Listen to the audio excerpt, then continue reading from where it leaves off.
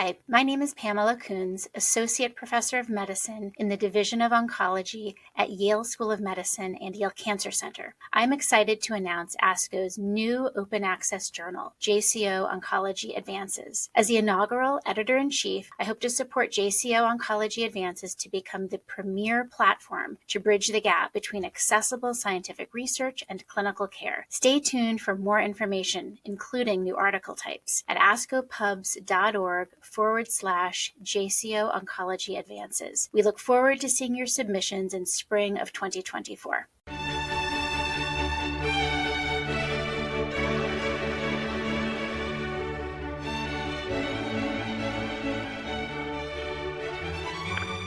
This JCO podcast provides observations and commentary on the JCO article, Androgen Deprivation Therapy and Cardiovascular Risk, by Dr. Poonen et al.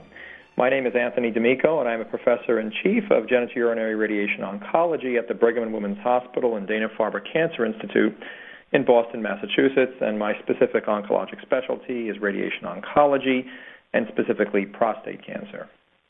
In this study by Dr. Poonen's Cooperberg and colleagues, they utilized data from 7,245 men in the Cancer of the Prostate Strategic Urologic Research Endeavor data registry to investigate whether an association exists between androgen deprivation therapy use and cardiovascular mortality in men selected for watchful waiting or active surveillance versus primary androgen deprivation therapy or local therapy and androgen deprivation therapy.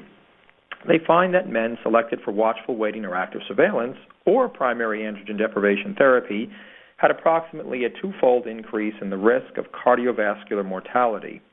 However, the authors then applied an adjustment to account for factors associated with treatment selection by utilizing a propensity score containing information on the year of diagnosis and treatment, prostate cancer prognostic factors such as the prostate-specific antigen level, biopsy Gleason score, clinical tumor stage, and percent positive biopsies, comorbidity including a history of diabetes, hypertension, or coronary artery disease, and demographics such as race, insurance status, education, income, and marital status.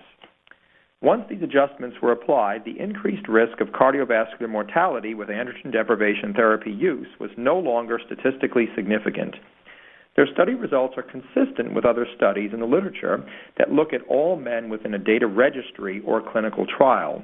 But a significant limitation of the study exists when the goal is to ascertain the risk of cardiovascular mortality from androgen deprivation therapy use for the individual man in your office, because men in the current study were not stratified first by their baseline comorbidity level.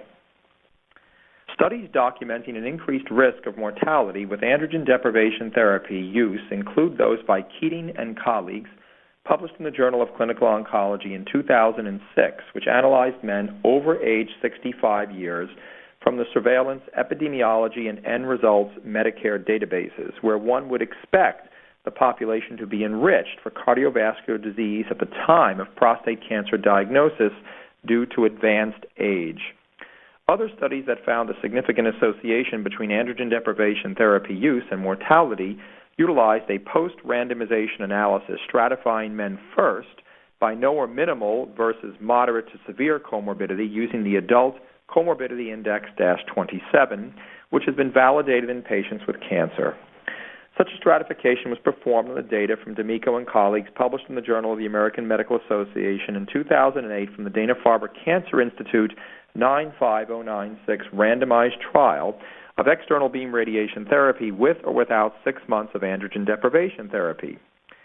In this study, the survival benefit for adding androgen deprivation therapy to radiation was lost in men with moderate to severe comorbidity, but the survival benefit was amplified in men with no or minimal comorbidity.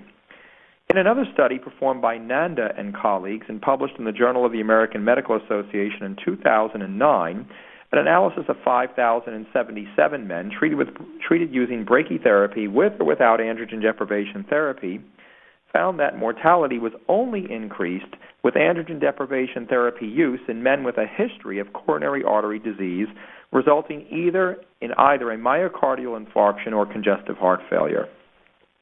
These analyses were performed after first stratifying by level of comorbidity, dividing patients into those with no comorbidity versus those with at least one risk factor for coronary artery disease, including diabetes, hypertension, or hypercholesterolemia, versus known coronary artery disease resulting in either a myocardial infarction or congestive heart failure.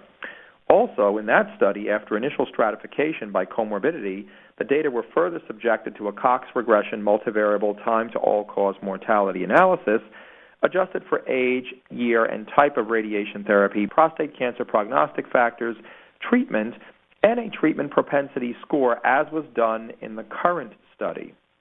Despite the inclusion of a treatment propensity score in the study by Nanda and colleagues, the increased risk of death remained in men who received androgen deprivation therapy and had a prior history of coronary artery disease-related myocardial infarction or congestive heart failure.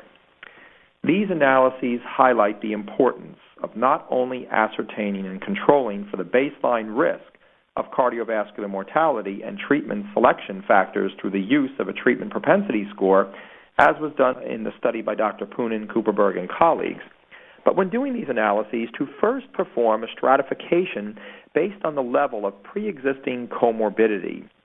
Therefore, it is unclear whether the results of the current study would hold if the population studied was limited to those with known coronary artery disease, which had resulted in either a myocardial infarction or congestive heart failure prior to the diagnosis of prostate cancer.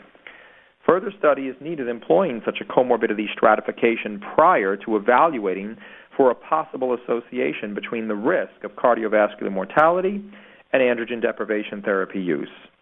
Moreover, further study is needed to evaluate the impact of other comorbidities, such as stroke, on the risk of cardiovascular mortality following androgen deprivation therapy use, as well as whether coronary artery revascularization prior to androgen deprivation therapy use impacts the risk of cardiovascular mortality.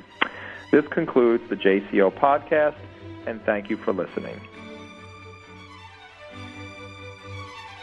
For more original research, editorials, and review articles, please visit us online at jco.org. This production is copyrighted to the American Society of Clinical Oncology. Thank you for listening.